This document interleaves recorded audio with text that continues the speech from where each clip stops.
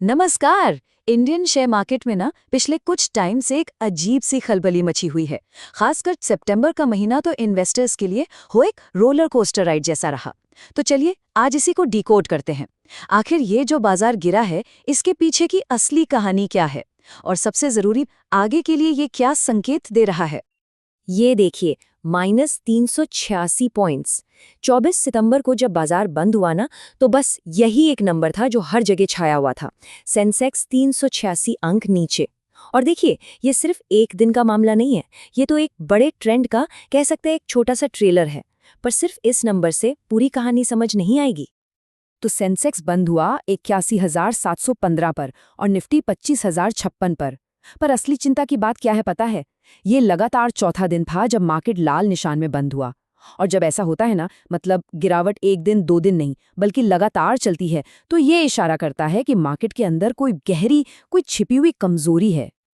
तो चलिए थोड़ा और अंदर चलते हैं इन नंबर्स के और देखते हैं कि ये जो गिरावट थी वो कितनी फैली हुई थी। मतलब कौन कौन से सेक्टर्स इसकी चपेट में आए। और देखिए, ऐसा नहीं था कि बस एक दो सेक्टर ही गिरे, इसकी मार तो चारों तरफ पड़ी थी। ऑटो, रियलिटी, आईटी, मेटल्स, आप नाम लीजिए, लगभग हर बड़ा सेक्टर लाल निशान में था। बस एक एफएमसीजी था जो किसी तरह खुद को बचा पाया। तो इससे क्या पता चलता है कि ये कोई छोटी मोटी गिरावट नहीं है, ये तो पूरे बाजार में फैली एक कमजोरी का सिग्नल है। तो अब आते हैं सबसे बड़े सवाल पर कि आखिर ये सब हो क्यों रहा है, ये गिरावट आ क्यों रही है।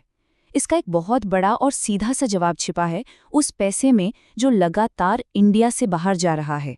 जी हाँ, हम बात कर रहे हैं विदेशी फंड्स के आउटफ्लो की। तो आखिर वजह क्या है इस कमजोरी की? इसकी जड़ कहाँ है?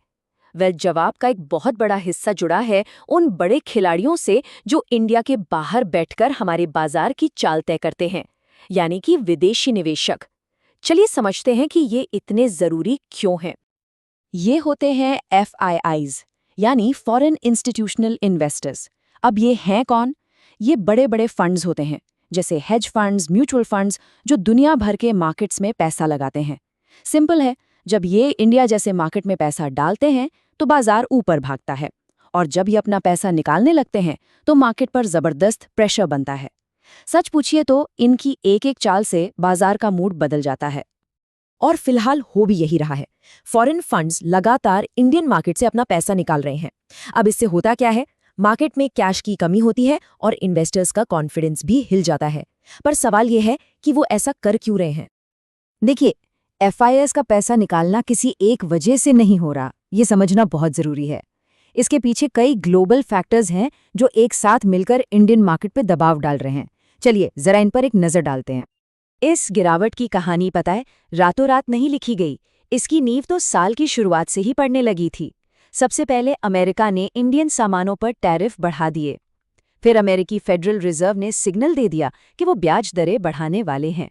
और अब सितंबर में हम इन सब घटनाओं का एक कंबाइंड असर देख रहे हैं। इसे ना एक ग्लोबल प्रेशर कुकर की तरह सोचिए। पहला प्रेशर आया अमेरिकी टैरिफ से, जिसने हमारे एक्सपोर्ट को चोट पहुंचाई।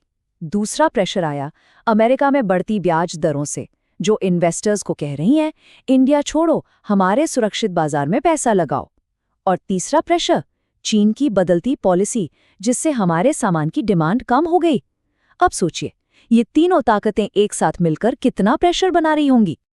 बात बिल्कुल सीधी सी है। जब किसी इन्वेस्टर को अमेरिका जैसे सेफ मार्केट में ही अच्छा रिटर्न मिल रहा हो, तो वो इंडिया जैसे उभरते बाजार का रिस्क क्यों लेगा, है ना? पैसा तो हमेशा बेहतर और सेफ रिटर्न की तरफ ही भागता है। ये इकोनॉमिक्स का एक बेसिक रूल है। लेकिन क्या भारत इन बाहरी दबावों के सामने बस हाथ पर हाथ धरे बैठा है? नहीं, बिल्कुल नहीं। यहाँ एक तरह की रस्साकशी चल रही है। एक तरफ से ग्लोबल टैरिफ्स और इंटरेस्ट रेट्स का दबाव है, तो दूसरी तरफ से मेक इन इंडिया और PLI स्कीम्स जैसी हमारी घरेलू कोशिशें हैं जो बाजार को थामने में लगी हैं।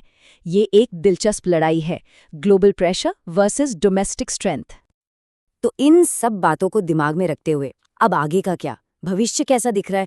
और सबसे जरूरी, इन्वेस्टर्स के लिए यहाँ से क्या टेक अवे हैं?